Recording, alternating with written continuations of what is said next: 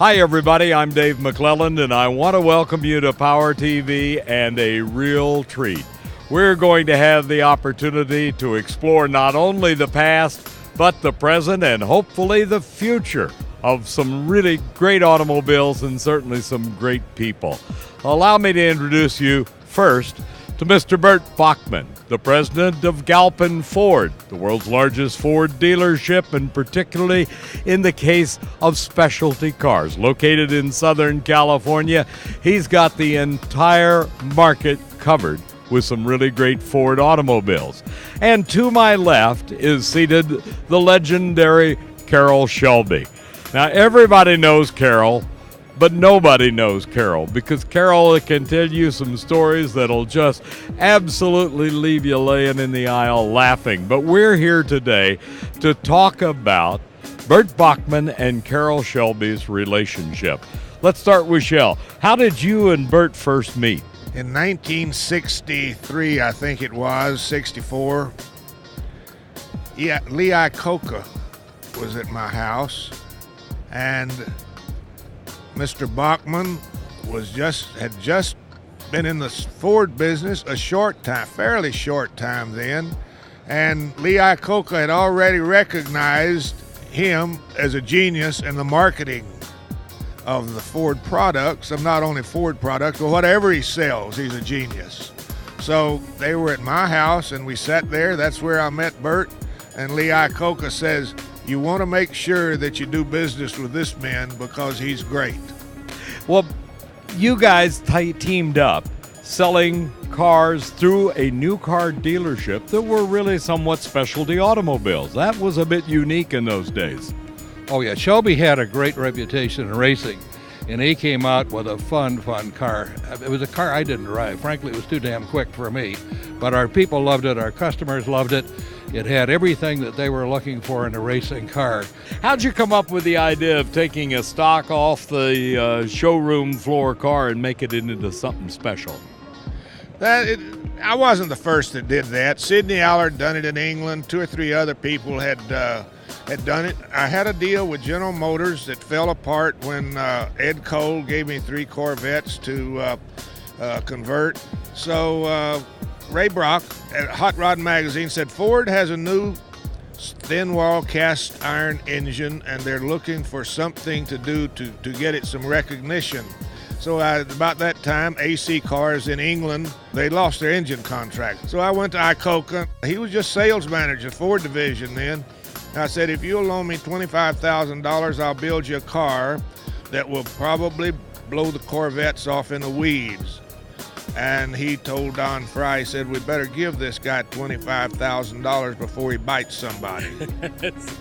So that was the beginning of it. And then we started building a few of the cars in England, and Burt and Bob Tasca on the East Coast were the 2 people that got behind it, and if they hadn't gotten behind it, probably nobody would have ever heard of the Cobra. All right, now that details the Cobra, but he also took some regular cars and made them into something special. Everything he's done has been special. He's really done outstanding when it comes to speed or performance. He'd be our selection, and of course today, he's a favorite of all the Ford dealers. His car line's been extremely important to the Ford dealers. You also were in the forefront of offering dealer-installed options, and they run the gamut from Paxton Superchargers to Bear brakes and all things in between. Did you find that to be worthwhile? Oh yes, in fact, those names go back to the 60s with us. Paxton, Bear, they were outstanding products. Well, needless to say, Ford's bounced back once again, tying in with Shelby, and there's new Shelby Mustangs out on the marketplace. That's right. After 40 years, here we are back with the Mustangs. The original Mustang, Burt was a part of that. We had the Mustang, and it was recognized as a secretary's car. Lee Iacocca called me, and he says, my guys have flunked out trying to turn this into a sport car. Could you do it? I says, oh my God, you can't make a mule outrun a racehorse. So we took that thing and he said, send me a budget, what you need to build some prototypes. So I put a budget of $15,000 together. sent it into his bean counter, and they sent me back 1,500. Says that's what you get to build a car. Typical, right? In the automobile business.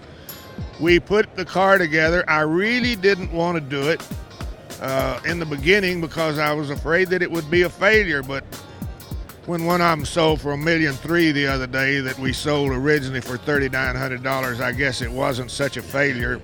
However, we were a little short on horsepower along there, and Burt and a couple of more of us got together and said, how about a Paxton Supercharger?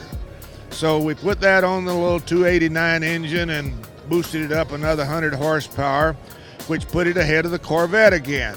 That was before the 427 Ford came along. So it's been a long, fruitful relationship between both of us. All right, here we are now in 2008, and there's a new Shelby Mustang. What's the difference between it and 1965? They still have Paxton Superchargers. So we're still right there, and the difference is that they ride a lot better. The muscle cars of the 60s would go pretty good in a straight line, wouldn't stop, wouldn't go around the corner, but they'd go like hell. The cars today are 3 or 10 times the car that the cars were back then. It took 25 years of electronic work to make them work like they do today. We must say then that you've got to be very happy to be able to offer a Shelby Mustang off the showroom floor at Galpin Ford. From the first time it was mentioned at Ford that they were looking at coming out with the Shelby again, he had 100% support from the Boeckmann family, I'll tell you. That's the reason they're in full demand today. They're sold out 100% today. There is no inventory on them today. That's how hot they are. People love it. He's been a visionary. He's our legend. He's got your superchargers. He's got the great brakes. Everything works right. So we're having a lot of fun. You've probably carried this a whole lot farther than most any dealer in the country with the opening of Galpin Auto Sports. Your son, Burt Boeckmann, runs that division of the operation, and it's attaining its own fame as well. Yes, that's true. You know, he got hooked into that Pimp My Ride, had to do a lot of rebuilding there. And while he was, before he had started doing that, he had the concept for a Galpin Auto Sports, a one-place stop where you can get everything you want. So we have something that only exists in one location. That's at Galpin, which is Galpin Auto Sports, or as we call it, GAS. So he has something there that is so unique, tremendous demand on business. And of course, one of those brands that we love to carry is Shelby. It's been a wondrous relationship. It's wonderful to see that growth. So we love it. My son's extremely bright in what he's pulled off there, and we've had a lot of fun. And that's really what it's about. All right, he's called you a visionary. Let's look into the future. What does Carroll Shelby have in store for the automotive world in the future? Well, as I said, it's awfully hard to buy a bad car now. And you know, we're in a horsepower race. The Germans thought they were going to win it, but they ain't. So horsepower, 300 horsepower is enough for a car, isn't it? But that's not enough to sell to a certain small market. And so Burt and I together are going to kick the hell out of them. All right. Well, your medical record has been historically documented. You are an amazing man, I must say. And is there any end to Carroll Shelby's involvement in the world of automobiles? I mean, most people would be taking time and enjoying life. You've got a beautiful wife and all the opportunities in the world to do what you want to do. And here we are, still pumping out cars. I'll be 85 in January, and I hope we're just starting. I hope at 100, Burt and I are still here building and selling cars together. Has it been fun? It's fun every morning getting up.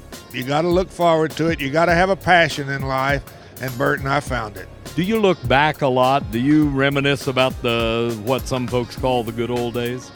No, I'll tell you how I look at it. People ask me, what is my favorite car? And it's been the same thing for 45 years, the next one.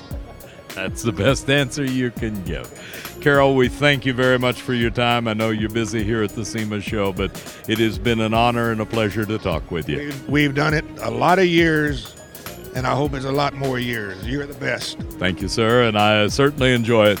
Burt Boeckmann and Galpin Ford, all the best to you and Son Bo and the gas project, and keep it going and keep those Mustangs flowing. Thank you, and thank you for having us visit with you. It's wonderful to be here with Carroll. Thank you, and thanks for joining us right here on Power TV.